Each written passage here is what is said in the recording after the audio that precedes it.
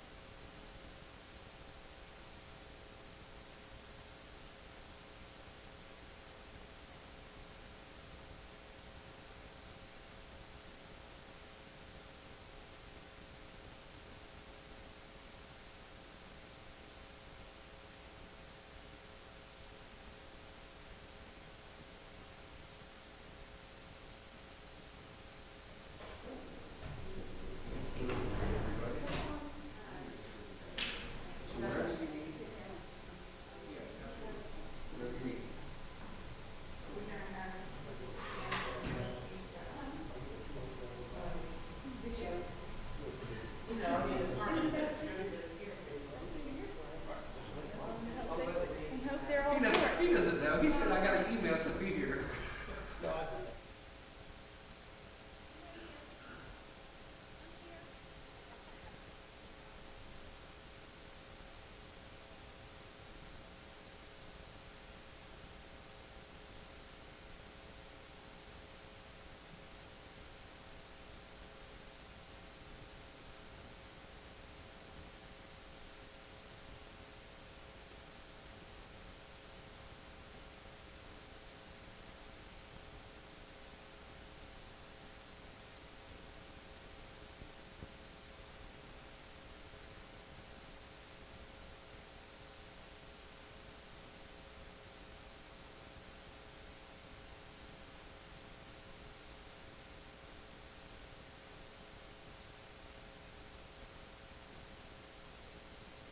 That was raised was about their budget requests versus what was appropriated to them. Okay, so what Jody has done is prepared. Yeah, she's.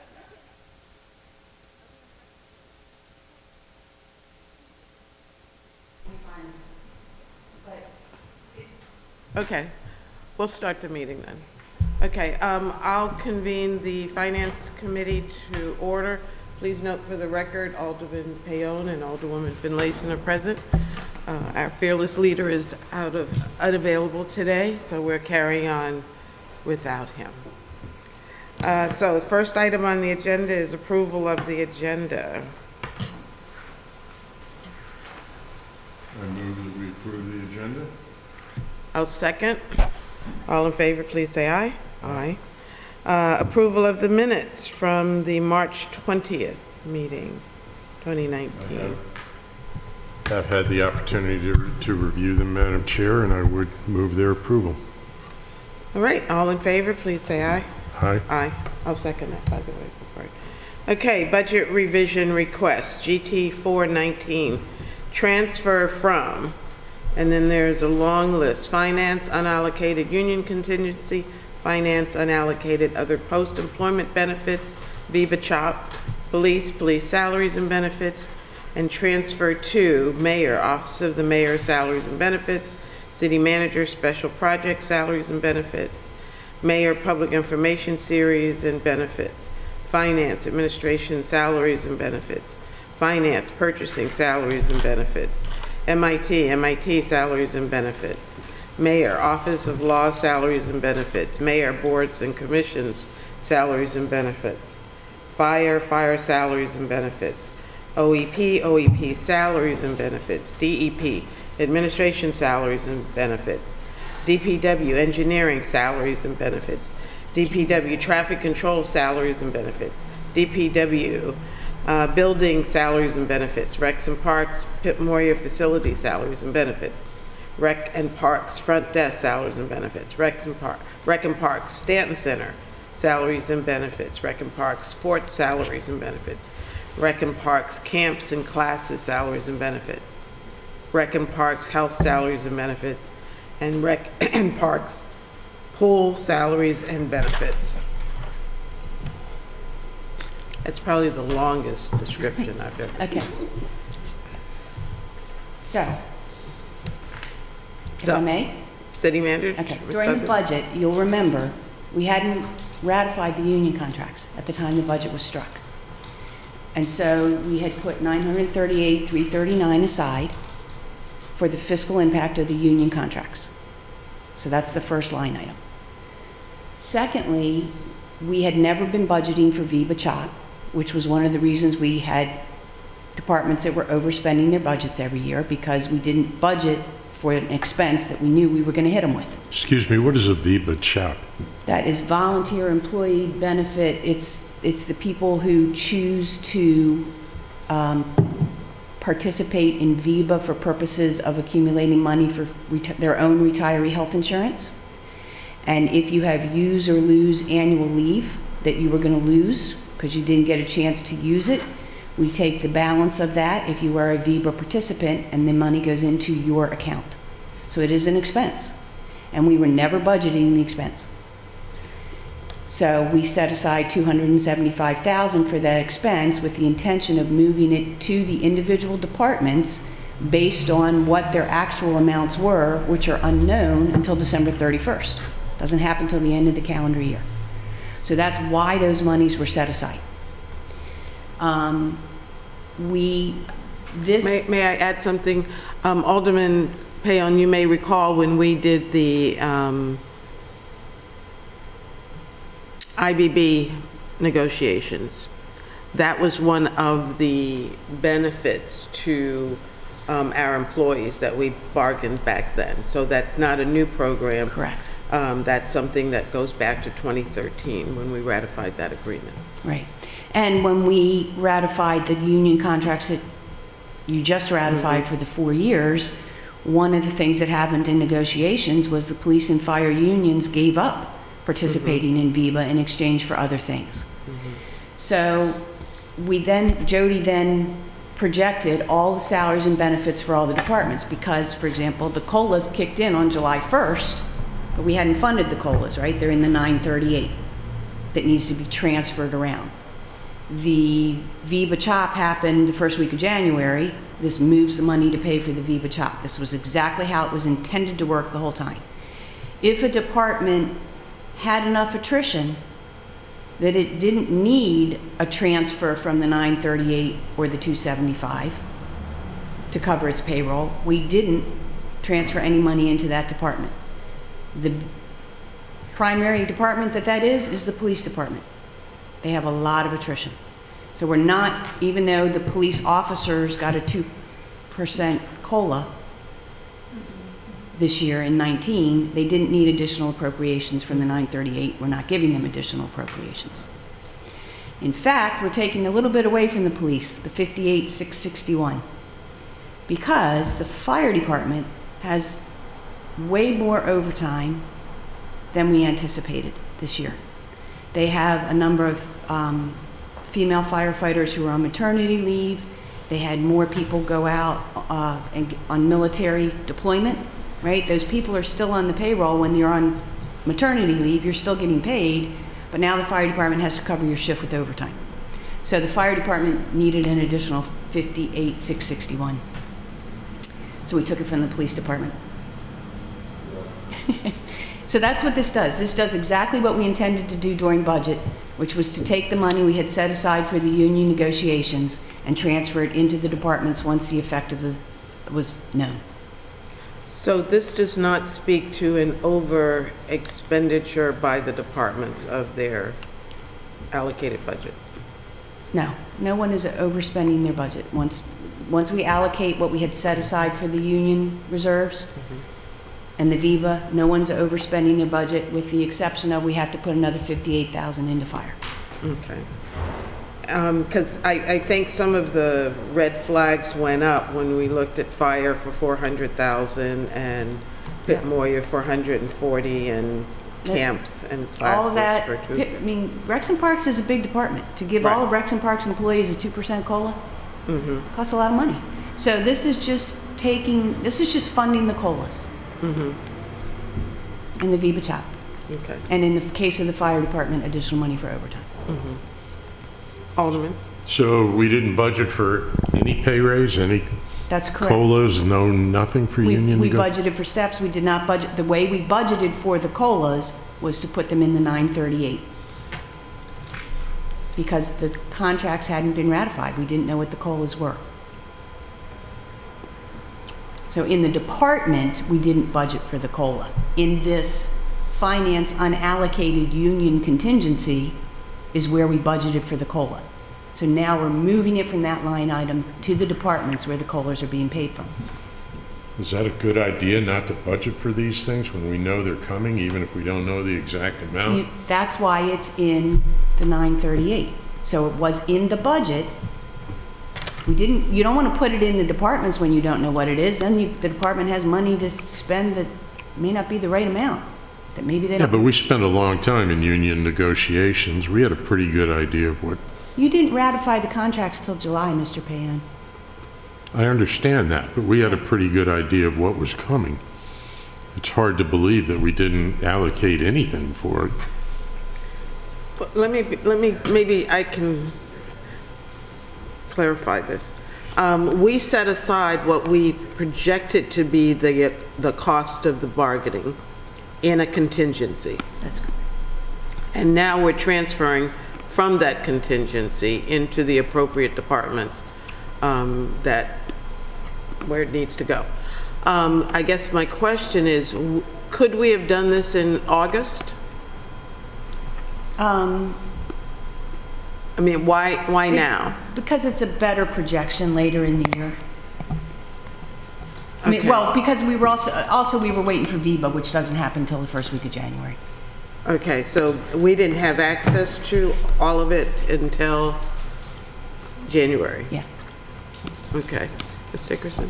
So I'll just add that we could have done it in August, but it wouldn't be as precise of a projection, and we'd probably be coming back again to move some more money around, because we're closer to the end of the year now, and we've got a better idea on what each department's going to be spending, in addition to the VIVA chop that you really can't know until the end of December what's going to be moved. Actually, till January. It happens at the end of December in the first pay in January. Right.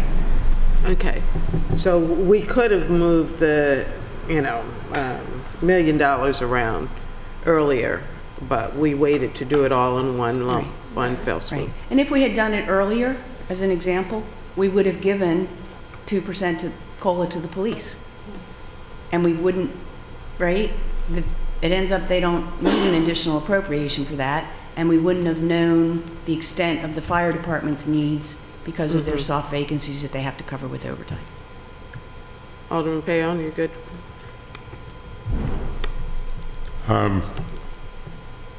Let's talk about Rec and Parks for a moment. What are $140,000 for Rec and Parks Pitt Moyer facilities?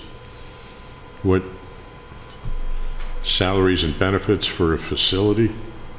I don't get it.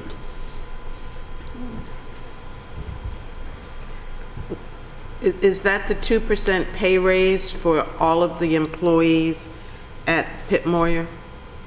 Is that what that adds up Yeah. to be? Yes. It's all of the employees who aren't front desk, Stanton Center, sports, camps and classes, health and pool. So it's also parks. Why is the camps and classes so much higher than the employees at the facility? So I can't tell you the precise reasons why everything's up and down. What we do in our process is look at each division and we project as thoroughly as we can where they're going to be at the end of this year and compare it to what's in their budget. They could have attrition mixed in with their COLAs, so there's other components that kind of blend in here. There were 2 or 3 Rec and Parks divisions that didn't need any additional money. But these are only the ones that needed money. If you want details about each division, I could tell you how many employees they have, but they have employees, full-time employees, and they have a big temp pool, seasonal salaries, contractual, and full-time employees. It's a lot of money. Yeah, but that's 2/3 of the amount of the entire fire department.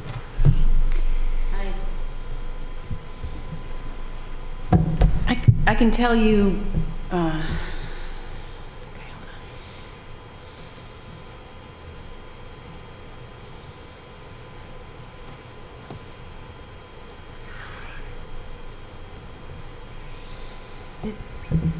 it's based on the salaries for those divisions, Mr. Payon. I mean, I can, if I want me to, give me a minute, I can tell you the total salaries for the department. They're very substantial.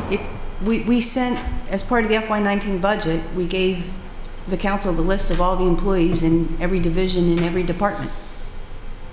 And do you think we remember that today? No, but I'm just saying, saying. no, but we gave you that list, right? Okay. That list would show who was in each of these divisions, right? Okay.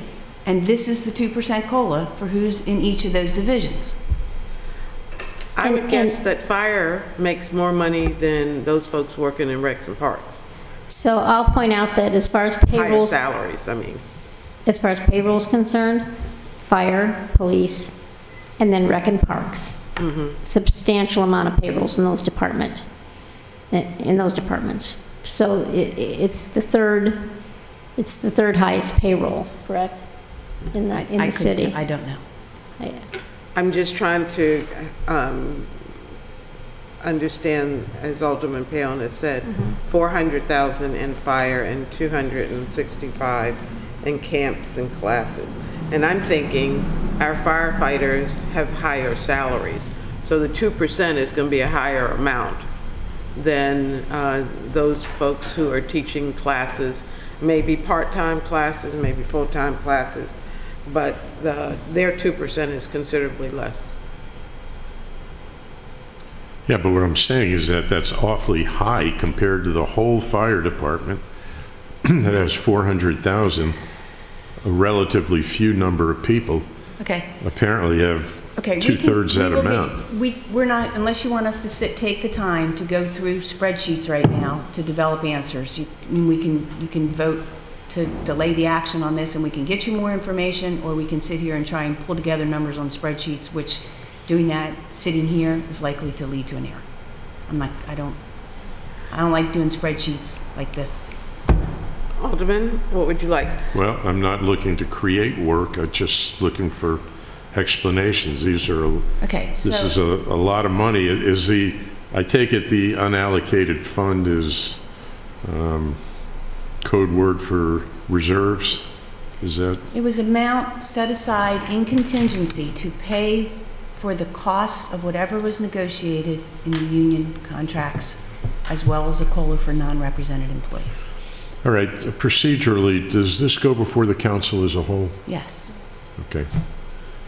As long as that's the Is case. it time so- sensitive? Does this have to go before the council on Monday? It's on the draft It's on the agenda. draft agenda, but the agenda hasn't been published, and the answer is no, it doesn't. The books have to balance as of June 30th, not as of April 8th. I think it might be helpful if we just had a list of how many employees were included in each one of these categories. Well, I can give you that. Would that be helpful, Alderman? I'll pull up last year's I think budget. so. All right, let Might me be. pull up the last year's Look, budget. I mean, we get the real vote is Monday night. We get to, I get to do this all over again. There's no guarantee I'll vote for it on Monday night, but to get moving, I don't mind. Okay, if you want to know the number of employees, is that what you're seeking? That's what I suggested. Might be All helpful. right, I can give you the number of, I'm going to call them real employees. I can't give you the number of temporary seasonal, right? Careful. Well, I mean, temporary seasonal employees, it's a pool. Right. There's a but- pool of money for whatever temporary seasonal employees get hired. So, for example, how many are in the police and fire, the fire line item compared to those that are in camps and classes? And we know that camps and classes isn't going to be accurate because of the part-time pool.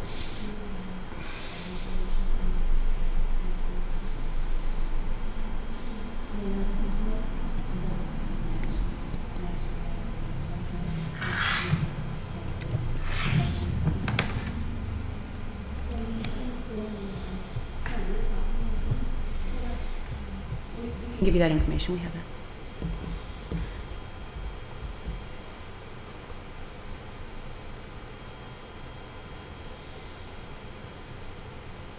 Which departments do they want? Fire.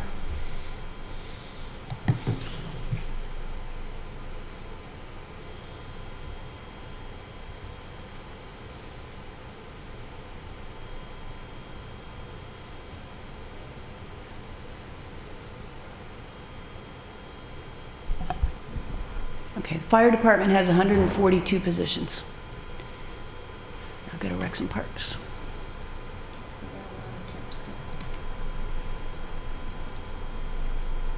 Can I type on this?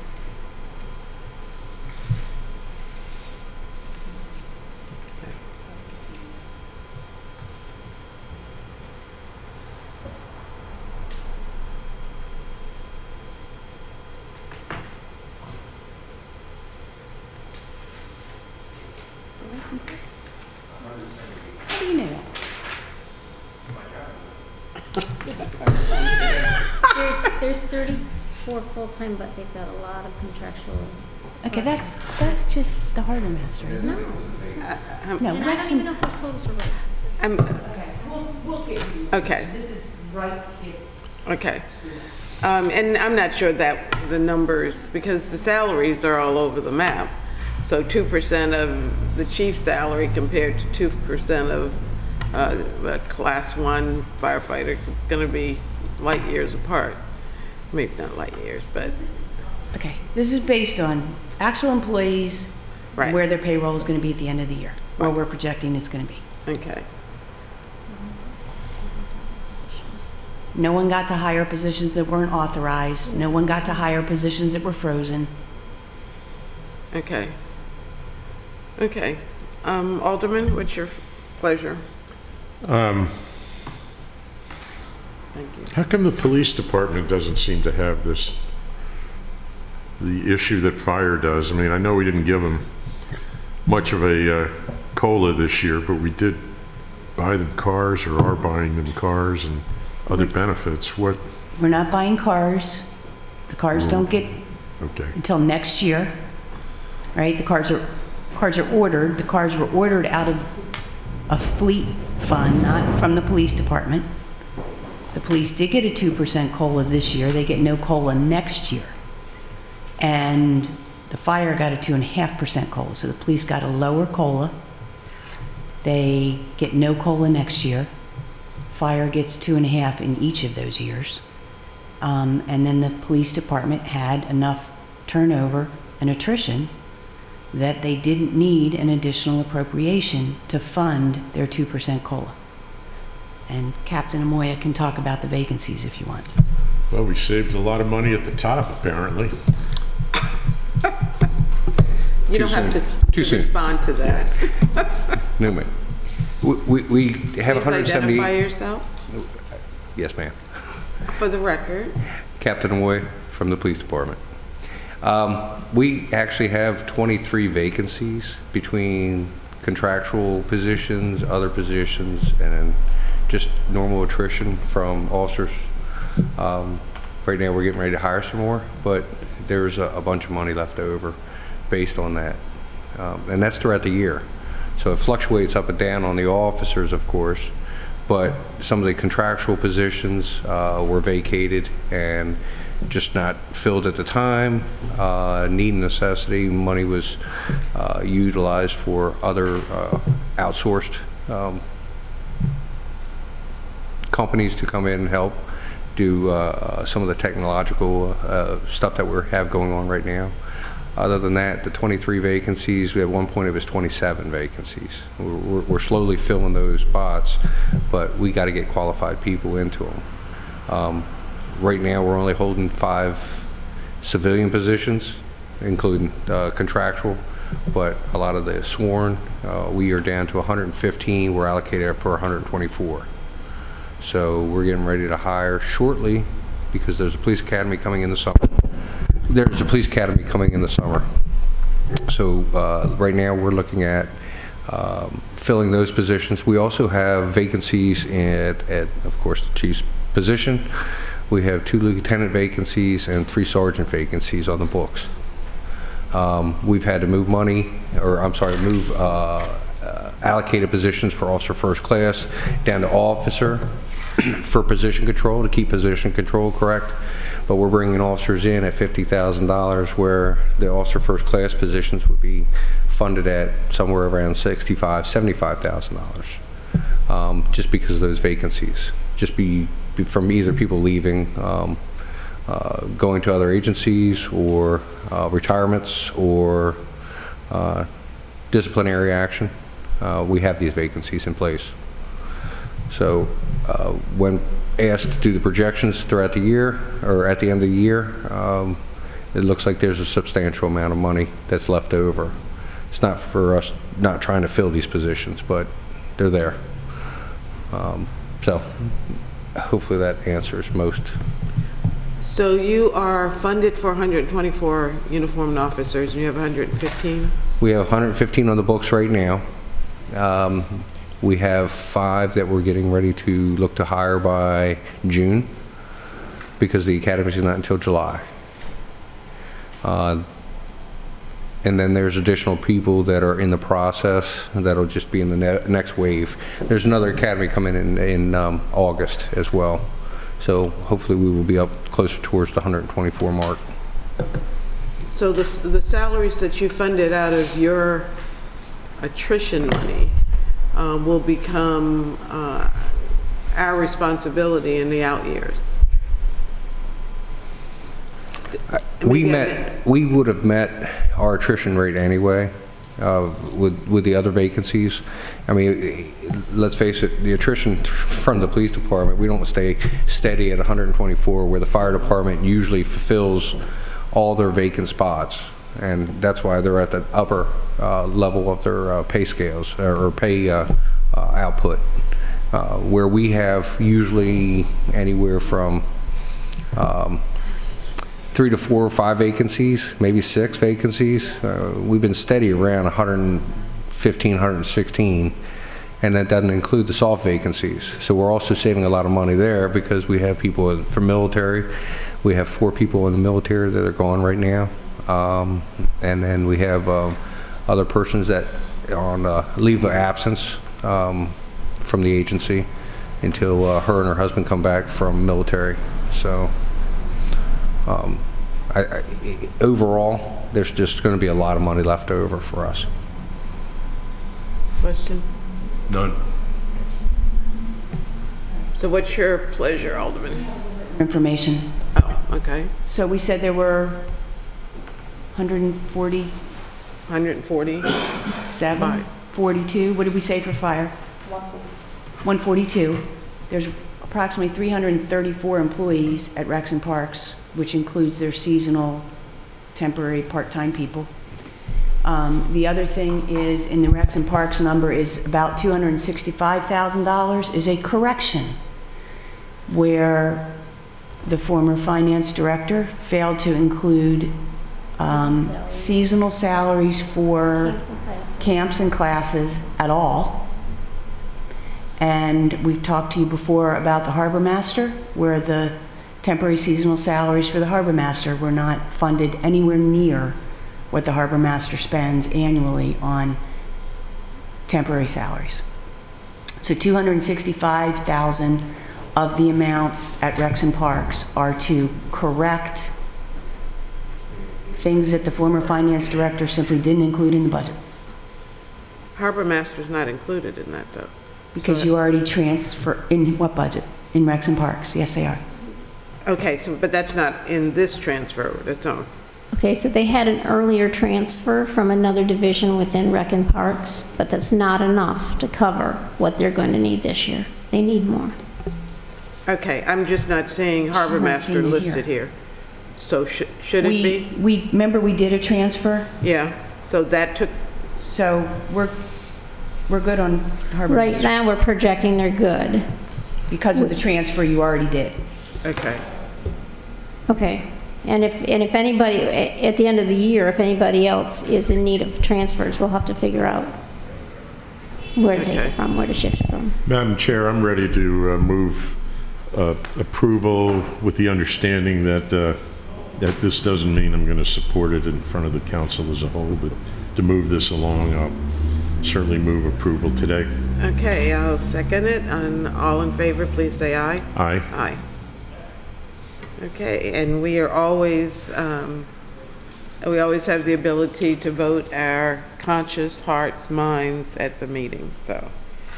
Okay, the next item, GT 519, police salaries, police operating various transfer from police salaries to mayor's office, supplies, city manager, capital outlay, police capital outlay, police contractual services.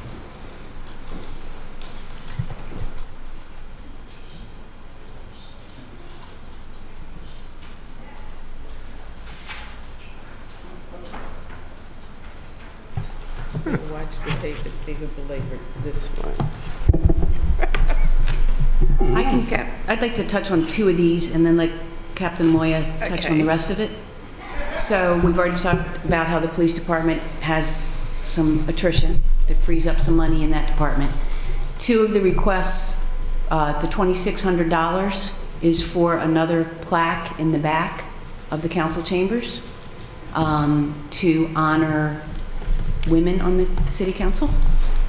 And Sorry, to then honor. women who have served on the city council. And then $3,200 is to get me a real desk. I have a table and a dot matrix printer stand that serve as my desk. So this is a request to get a desk.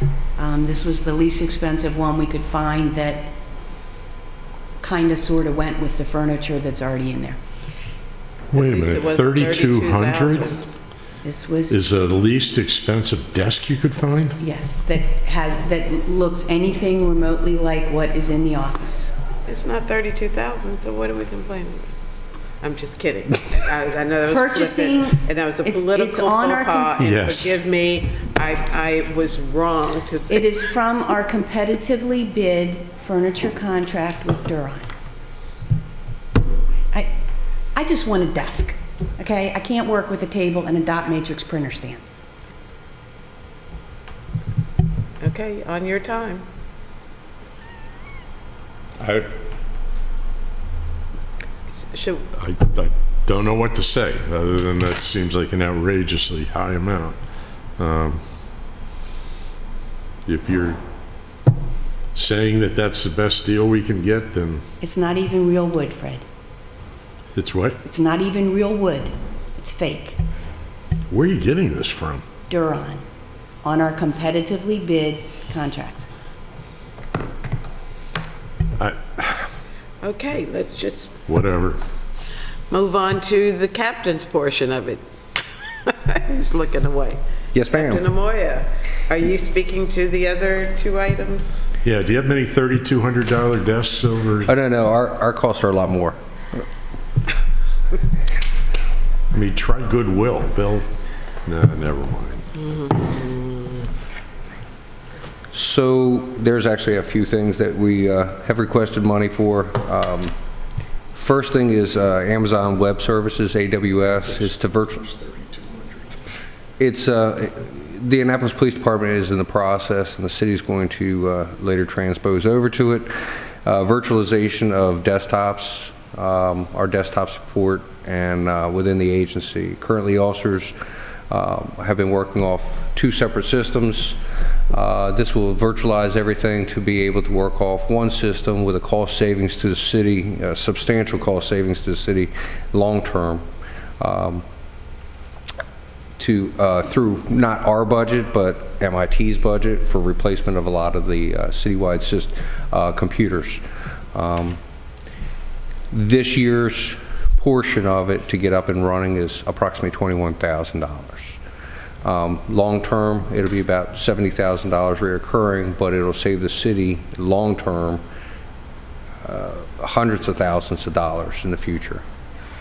So it's $21,000 for the initial startup of this program, and then $70,000 a year? It'll be approximately $70,000 a year, but it will virtualize every portion of our computer systems throughout the year.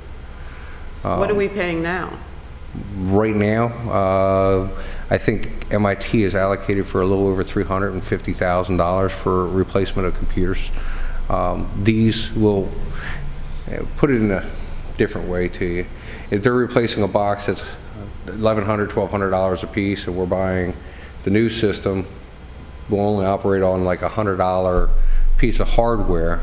Everything else will be all cloud-based. It'll also have redundancy backups and emergency for if the systems crash.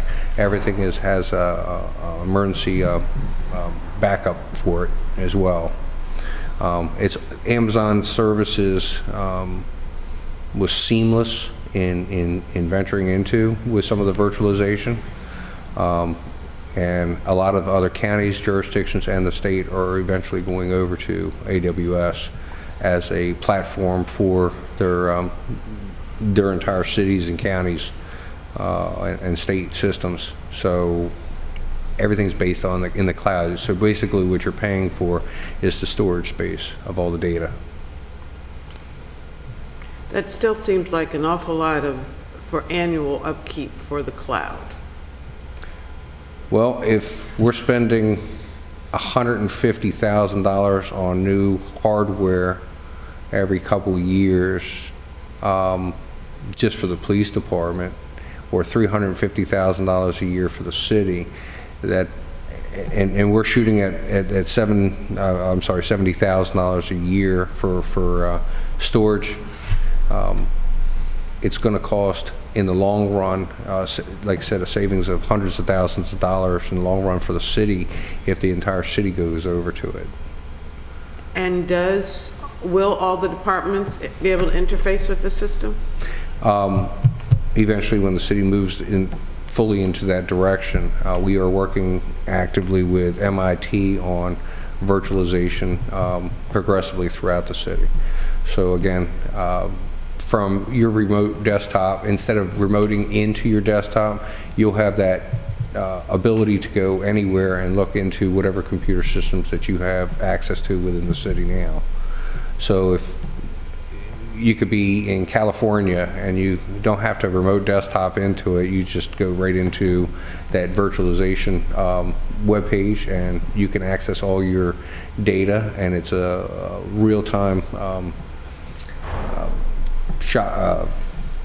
duplication of whatever your desktop is from anywhere.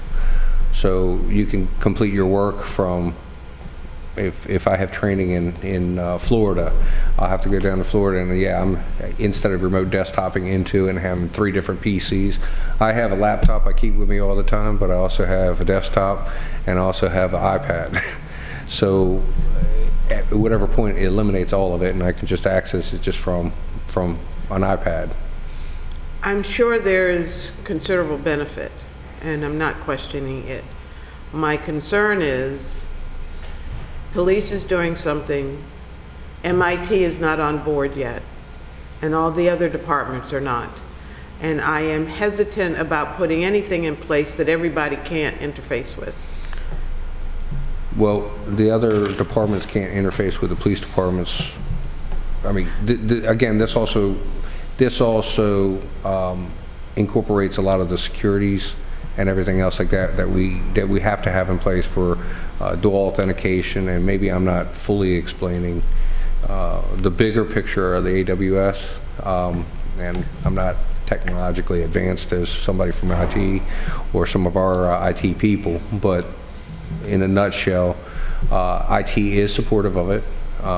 They're just looking to how to slowly, gradually go into this and use us as a template of everything that's right, wrong, or indifferent, and then they can build off of that for the rest of the city.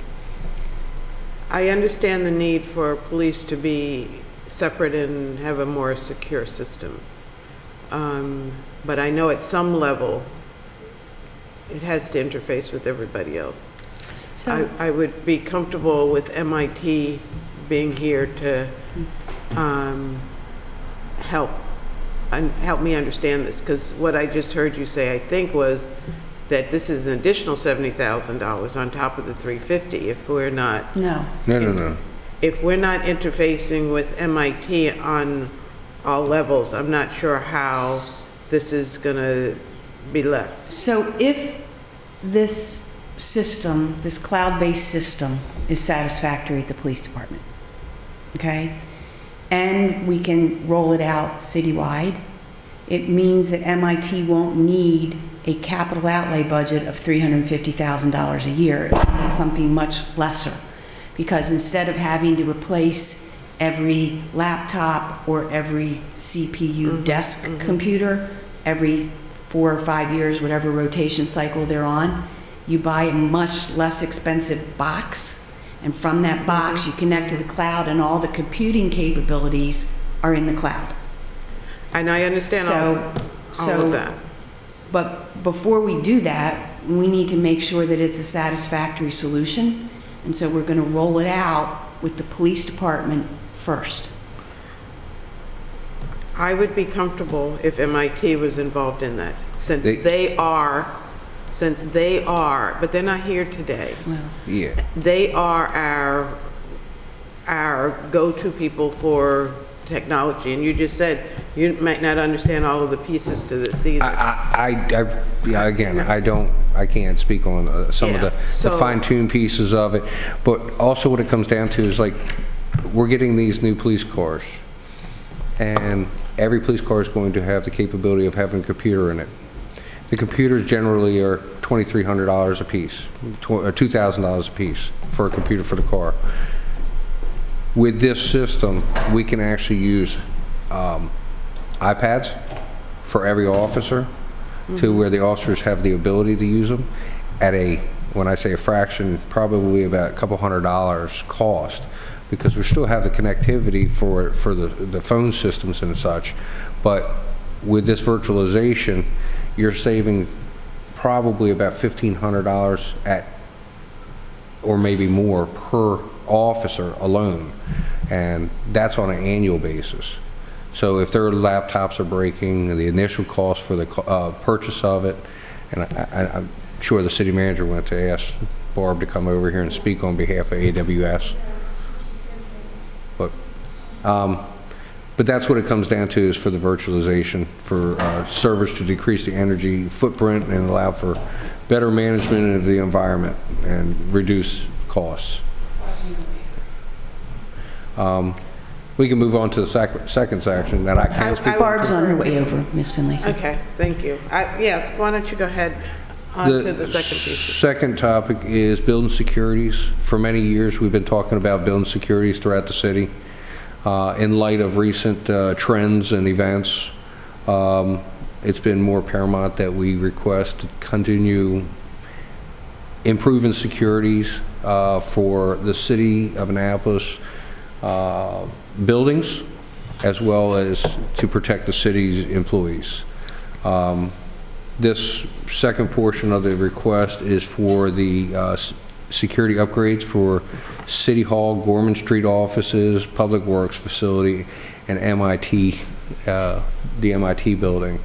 This would incorporate the purchase and maintenance upgrades for all of these buildings, at a total cost of $148,328 to include cameras, building door locks, something similar to what we already have at the front door and the rear door with a swipe system, and then the cameras strategically placed throughout the buildings.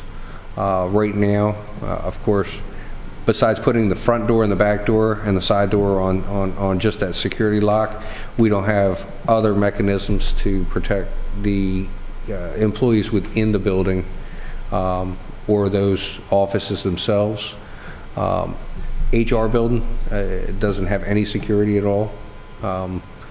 If somebody forgets to lock the door for whatever reason, the building's open, and that's a substantial size building. MIT, again, that building only has one little swipe door pad in front of the MIT door itself, and a really old, antiquated little camera to show who's there. Other than that, there's no security for that building as well. Public Works fuel facilities. This protects the city against anybody misappropriating fuels, insecurity of the pumps themselves. Of course, it's not a building over there to worry about, right, per se, but it was a request made for many years for the fuel pump area to have an actual camera and some kind of monitoring ability, so we can monitor if somebody's doing something that they're not supposed to. Inside camera systems in areas in which money is kept is also important to prevent any improprieties, shall we say, that we've had in the past. We've been asking for upgrade and build securities for many, many years. The city manager has fully supported upgrades of these building enhancements, and while we have a few extra dollars this year, moving some of this money, we can move forward with these projects where we were told before in the past that it was not to be considered. The last one is camera replacements and camera lens replacements for citywide camera systems. As you know, we have over 318 citywide cameras that we've installed throughout the years, beginning back in 2008. In 2008, we were requested to start putting camera systems in crime-affected areas. Based on these requests and the uptick of crime over the last few years periodically, we, as a city, have installed additional and many additional cameras throughout crime-affected areas, to include Harbor House and Robinwood and Newtown. And these areas, again, we place the cameras in there. Sooner or later, we've never, we have to replace them.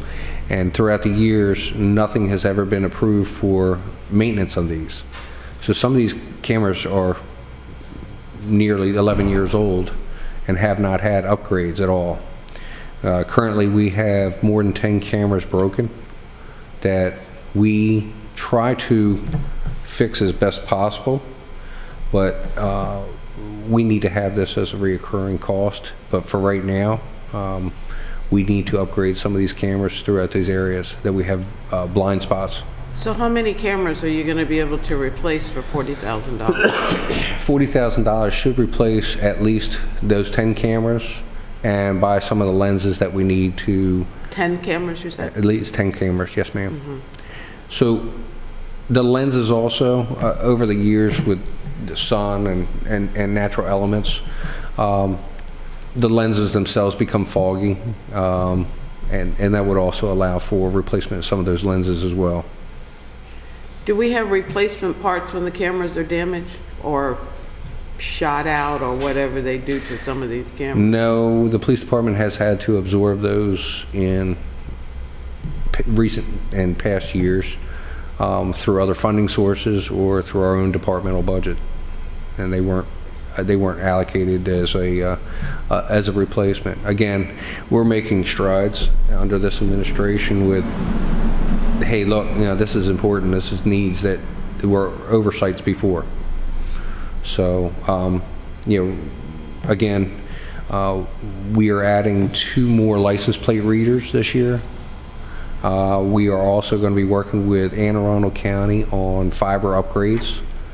That should be a substantial cost savings. We're working with them right now to evaluate costs and need and necessity. But the cameras themselves, again, we need to have some kind of provision in place to really look at replacement, an annual replacement cost, which is never done in the past. It has been requested, but never gone further than for talks. So. Okay. I see Ms. Smith has joined us. Would you come up and...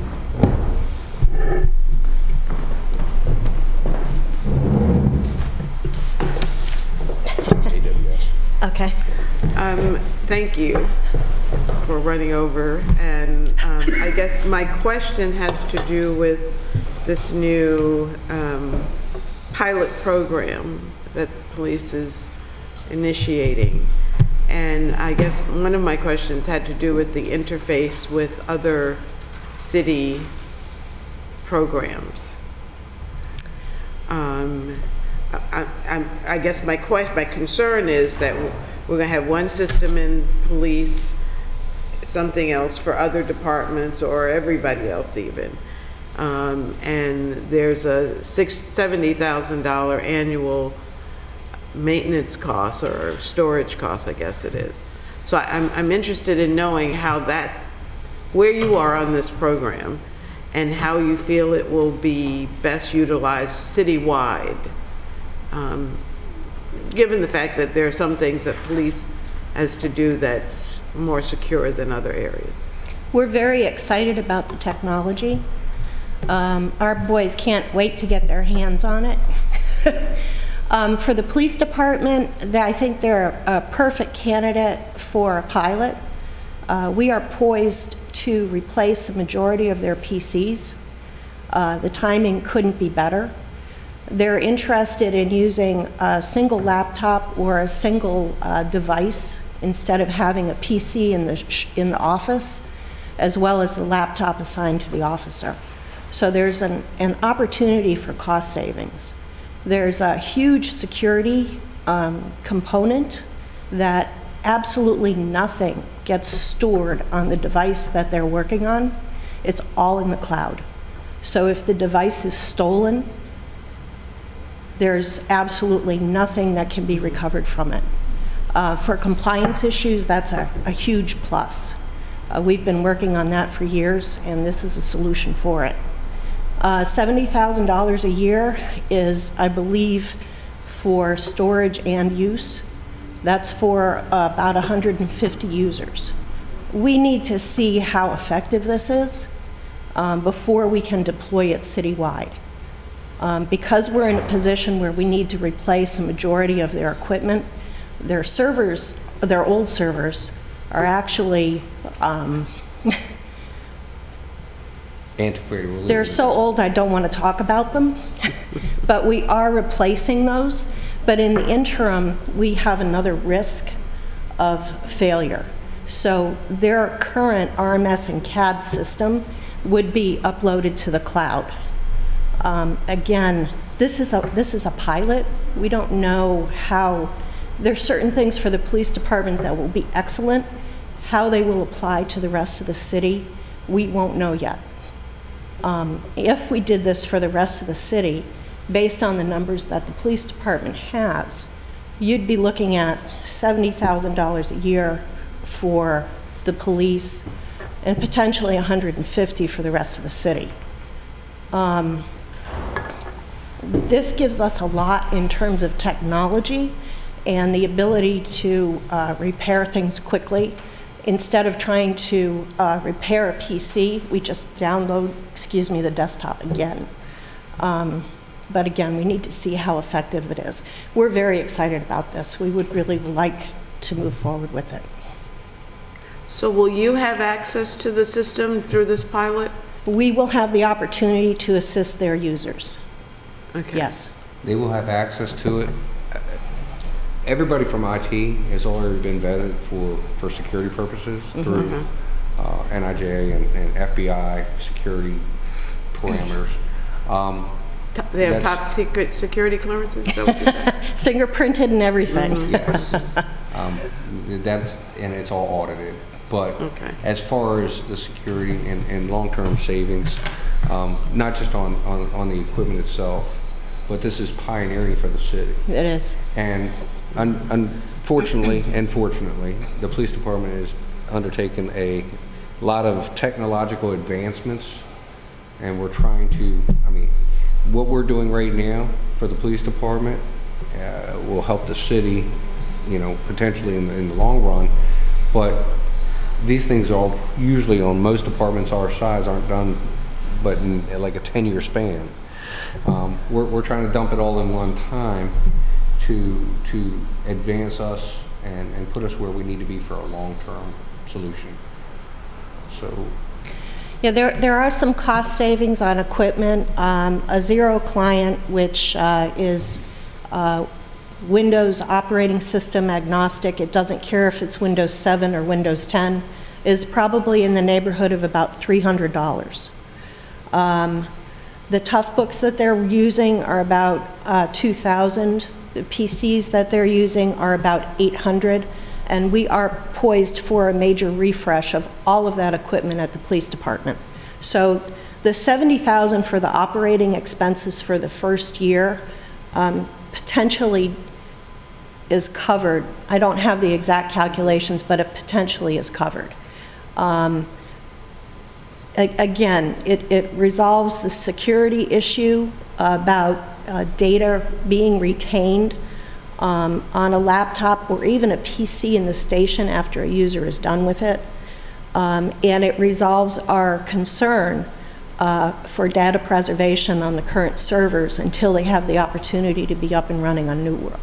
So even if this is not a long-term solution, we would really like to see it as a pilot because of the timing.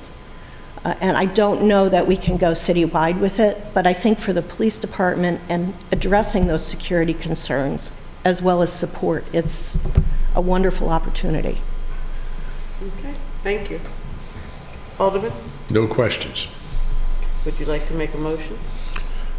I make a motion that we recommend GT 619 affirmatively to the council for approval. 519. Yes, I was one step ahead of us, 519. I'll second it. All in favor, please say aye. Aye. Aye. Thank you. Thank you very much. We appreciate the time. thanks for clarifying. Okay, GT 619, unallocated, contingency unallocated. Transfer to fleet operations, transfer from unallocated contingency transfer to finance, unallocated fleet operations. So who would be speaking? I'll make a general comment about the purpose of this. After the budget was struck last year, Mr. Horwath discovered that the amount that was put in his budget did not include all the monies he had been spending for fleet maintenance and fuel. And there was some of this accounting was being done through a vehicle revolving fund, and that activity had not been picked up when we transferred the budget amounts. So his fund, the new fleet operations fund, is short of appropriations this year, and he has told us that the minimum he needs is this $200,000, which will be split between 100 for repair and maintenance and 100 for fuel, 100,000 for fuel.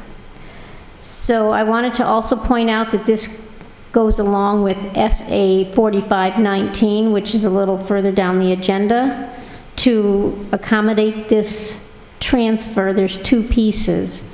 The GT that you see here, 619, moves money from the contingency account, moves the appropriation to a transfer account so we can send it to fleet operations. And this supplemental allocation will increase the appropriation authority in the fleet operations fund and provide the revenue sources the additional transfer money. So these are the two pieces to this transfer. So the first one transfers money from the general fund to the fleet operating fund. The second one recognizes it as revenue in the fleet operating fund and appropriates it for fuel and repairs and maintenance. So fuel is part of fleet maintenance? Yes. So last year, we created a fleet operating fund, you'll remember, and a fleet replacement fund. And so everywhere where there was so the Department Public Works and Planning and Zoning and Recs and Parks and Police and Fire, they would have a vehicle fuel line, vehicle repairs and maintenance line, vehicle this, vehicle that. We took all of those and just transferred it to the fleet operating fund. When we did that, there was another $200,000 in a revolving fund that was being spent every year with no appropriation authority. For what purpose? For fuel and repairs and maintenance. Okay. And it was never budgeted. So when we kept the budget whole, but just put it in another fund, it didn't really keep the budget whole, because you had $200,000 over here that everybody was spending every year that was never budgeted. Okay. Revolving fund. It was spent Yeah. as it was designed to be spent for. Yeah, it was spent for it just was never budgeted. Okay. It's another one of the revolving funds for which there was an appropriation authority. Okay. All right. Why, where's the savings from lack of snow this winter? Where do we find? Public Works, General Fund, Streets Division. I'm sorry, Snow Division. Okay. Aren't they included in fleet maintenance? No. Fleet maintenance is Danny's operation. Is what? Danny's operation related to the fleet. It's not snow removal.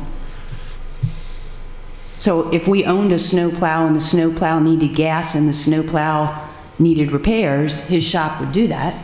Okay. But snow removal itself, salting the roads, outside contractors for snow removal, none of that is in his budget. Okay, so any savings we reaped from having reasonably good weather this winter would stay within DPW, probably? Correct. Okay. I'm ready to vote on this, I'll Madam Chair. entertain a motion. I would move that we recommend approval of, wait a minute, let me get it right this time. GT 619. And I'll second that. All in favor, please say aye. Aye. Thank you very much. That was easy. You're welcome. Okay, that takes us to GT 819, unallocated contingency finance. Did I skip one? See, when I hit the button and then I hit it again and again because it doesn't move, it skips. Okay, GT 719, unallocated contingency mayor, contractual services, transfer from finance, unallocated contingency, transfer to mayor, contractual services, contractual services. Ms. Dickerson, are you speaking to this? Or Yes, I will. Ms. Sutherland? We are asking that you move $3,100 from the general fund contingency account to contractual services in the mayor's office. The money for the retreat was charged against the mayor's budget, and it's pretty much depleted it, and they had other intentions for that appropriation. So now we need to replenish the appropriations there. So, Madam Chair, I think this one speaks for itself, and I don't have any problem with it. I would move approval, maybe cut off some discussion. I think at least I'm ready to vote on it. Is that a motion? It is. Okay, I'll second it. All in favor, please say aye. Aye. Okay, GT 819. I already read all of this. Unallocated contingency finance, accounting services transfer from finance unallocated contingency transfer to finance operations accounting services. I believe I can speak to this one. This is for the auditor that the audit committee has agreed to hire to do an audit of the Rec and Parks Department. We went through the regular city purchasing procedures, and what do we have, 6 applicants? I think we had 6 who submitted bids. They were all over the place, but we did our due diligence and ended up recommending one particular company, and this is the amount they're charging. We thought it was a pretty good deal for what we anticipate getting, and I think it's the first of a number of these that we may be dealing with in the future. I think it's a great idea. Hopefully it'll save the city taxpayers some money without impinging on services. Alderman, may I ask why this particular department? It was one that we picked. It was a department that handles a lot of cash. You got to remember it includes the harbor master, and felt that it could perhaps benefit from advice on efficiencies that they could better use. There are a number of departments that kind of made our finals list, and this seemed to be the most expedient one to start with. Is the intent to move on to other departments in the future? Absolutely. Okay. So is that in the form of a motion, Mr. Chair? I'll make it in the form of a motion. I'd move approval of GT 819. All right, I'll second. All in favor, please say aye. Aye. Aye. Okay, under supplemental appropriations, SA 4519, Public Works, Fleet Operations Revenue. This is the one that refers back to GT, what, 6 or 7?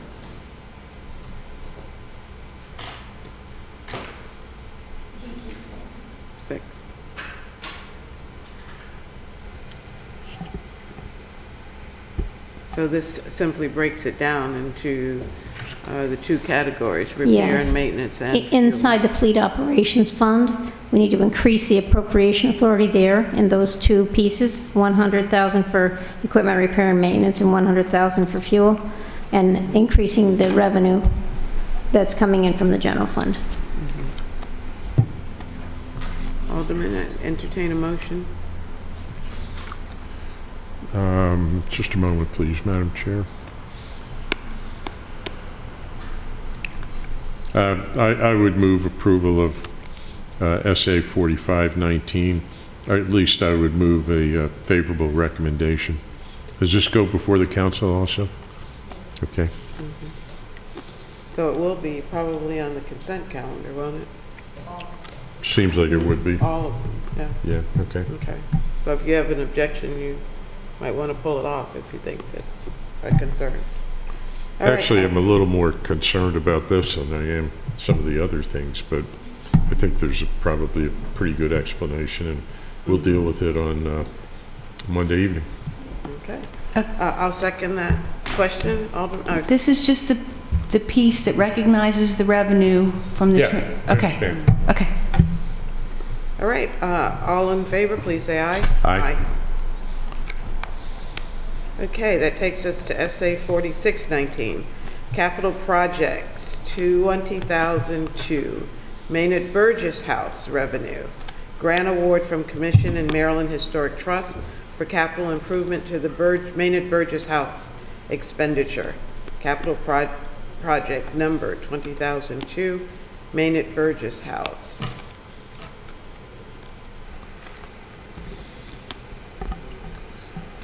Would you like me to make a general comment? Yes, This please. is, we have a capital project for Maynard Burgess House, and they're starting into a second phase of improvements, and to help in that, they have received they have been granted an award of $100,000 to help with that effort.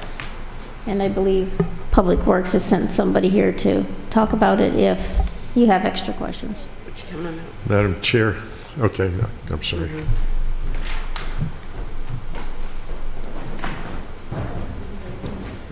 Mr. Donovan, thank you. Would you identify yourself, please?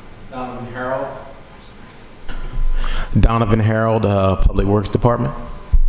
Okay, so tell us about this award and where we are with the Maynard Burgess House.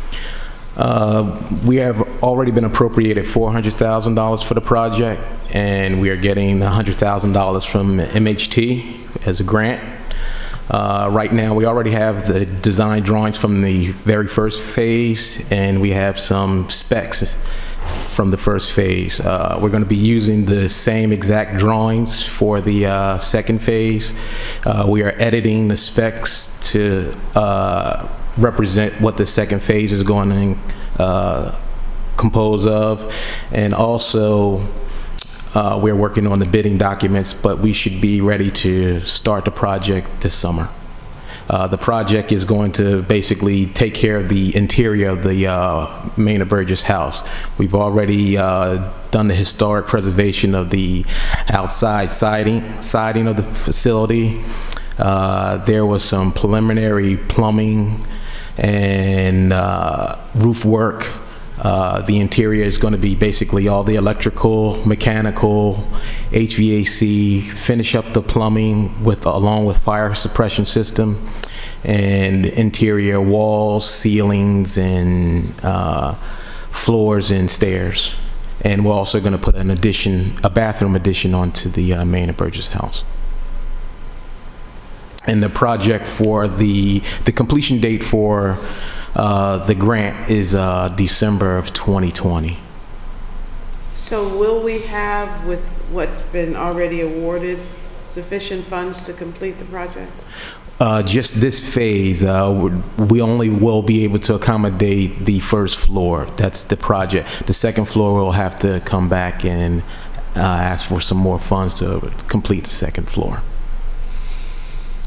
So the whole project will not be completed as a result of the $400,000 plus this grant? There's still more to do after that? There will be a second floor that needs to be completed. However, the first floor will be completed in whole.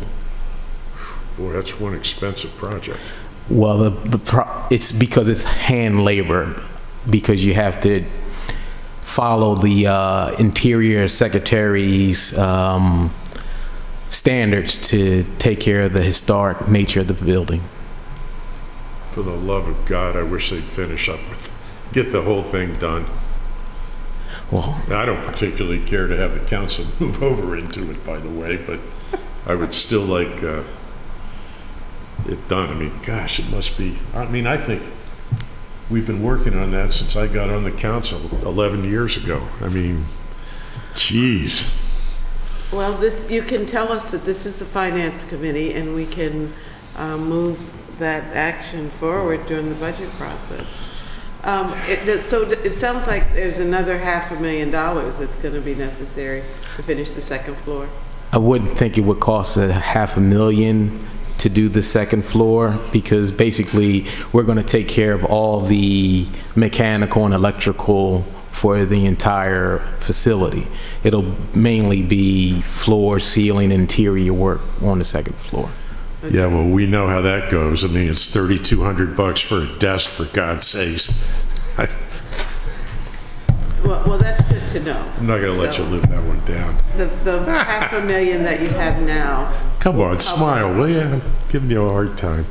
Will cover electrical, all those things that you mentioned. Yes. Throughout the entire building. And of course, we'll have to have an archaeologist out there for when we do our earth disturbance out there also.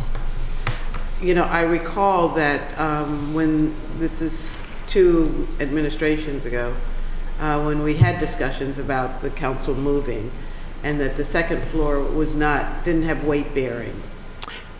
Correct. The floor will need to be replaced, yes. So that will be all retrofitted to put somebody else over there. I'm not sure what the plans are for the second floor, No, I'm but not yes. asking you. All right, Alderman, do you want to make a motion? I would move a favorable recommendation for SA 4619. Okay, which allows us to accept this grant for $100,000, and I'll second that. All in favor, please say aye. Aye. All right, Thank you. thank you. Thank you. Thank you. And that takes us to general discussion update from the finance director. Did you have more questions for Mr. Donovan?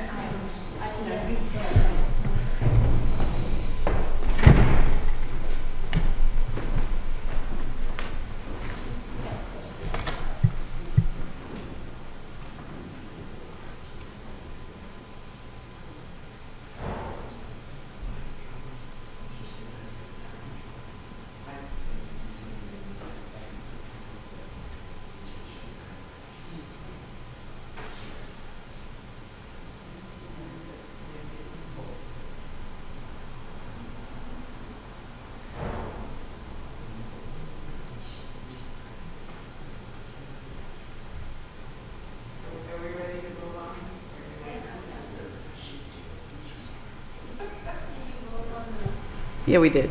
Yep. Yeah. Ms. Dickerson, would you like to talk about you? Yeah. So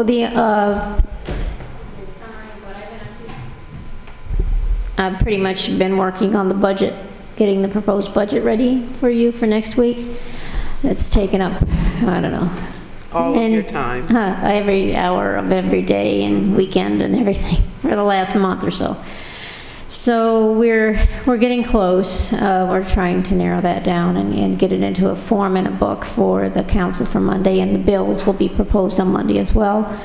I have 2 open positions in the department, and I re-advertised those. The first round didn't come back with a lot of responses, so we left the advertisement out longer. And have been getting some more applicants, so I'll be moving ahead with that as soon as I can. Besides that, the single audit, I sent that out to the council. That's finished for the year. That was completed in the last week of March. And we are getting ready to start the planning, the prelim work for the next audit. They come out in the spring and do some testing and some internal control reviews. And as soon as we do the contract for the audit of Rec and Parks, we'll be working with that audit firm as well to complete that work. May I ask when there'll be a presentation to the full council on the audit? Right now, we're still planning on doing it on April 15th to the audit committee, and we'll just send out a notice to all the council members and the Financial Advisory Commission, if that's okay with the committee chair, and try to get everybody at that meeting. The work session that's scheduled for, I think it's next week, no, 2 weeks, on Thursday, is full. The schedule for that work session is pretty full. But are you saying that there's not a presentation to the full council during a open meeting from the auditors? That's not what's intended. At this point, it's the audit committee that's going to hear the presentation. We can put it on a council agenda for a nighttime meeting, if you'd like to do that. Traditionally, we've done that. Maybe not within the last year. Okay. But the auditors have always come, from my recollection, Alderman. Well, this is the first year, isn't it, with an audit committee, so that's typically a role that an audit committee plays, so maybe that's what's changed as far as the presentation is concerned. Well, we'll invite the whole council to the audit committee presentation on the 15th, which is... But that's not, you're not going to reach everyone like you would no, I agree. at a full council meeting. I would recommend that we put it on the agenda for a council meeting. Okay. We can do that, and then my question is, would you rather do it just once, or would you rather do it the second time, so I can get it on the auditor's schedule?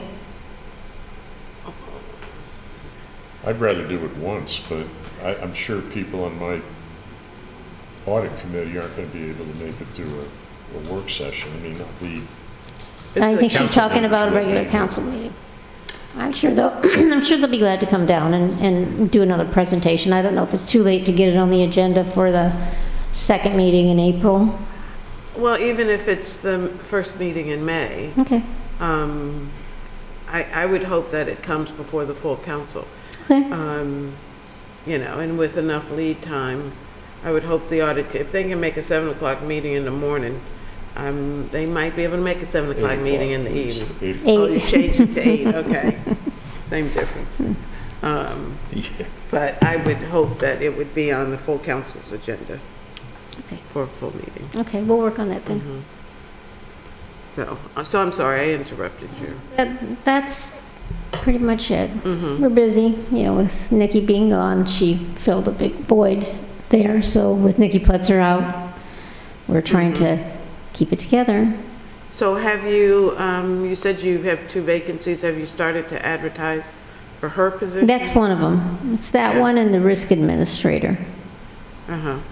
And no possibilities yet? The first round had 0 applicants for the risk administrator, and it was out for 3 weeks. The other position had a handful, but I wanted to get a wider look at more out of the area or more of the regional. They were very local people. I'm just trying to cast a wide net at the very beginning so I can do the interviews just once. I have another question, and it may not be in your wheelhouse. You know, the mayor is moving to do a land swap between our public works facility on Spa Right, Road and the property with down the on Forest property Drive. on Forest Drive. Is there a role for the finance department to weigh in, you know, when it comes to value and process, value of the land and the process used to do a land swap? I see every agreement that's signed, and sign many of them. So I'm sure that will come before me for review, and at that time, I will ask any questions about the value, et cetera. I'm not involved in the detailed discussions of that right now because there is no agreement. Okay. Well, we don't know either, so that's why I'm asking. So, all right, if that ends your update, and there are no further questions, I'll entertain a motion to adjourn. I move that we adjourn. I'll second. All in favor? Aye. Aye. Thank you very much. And yes, the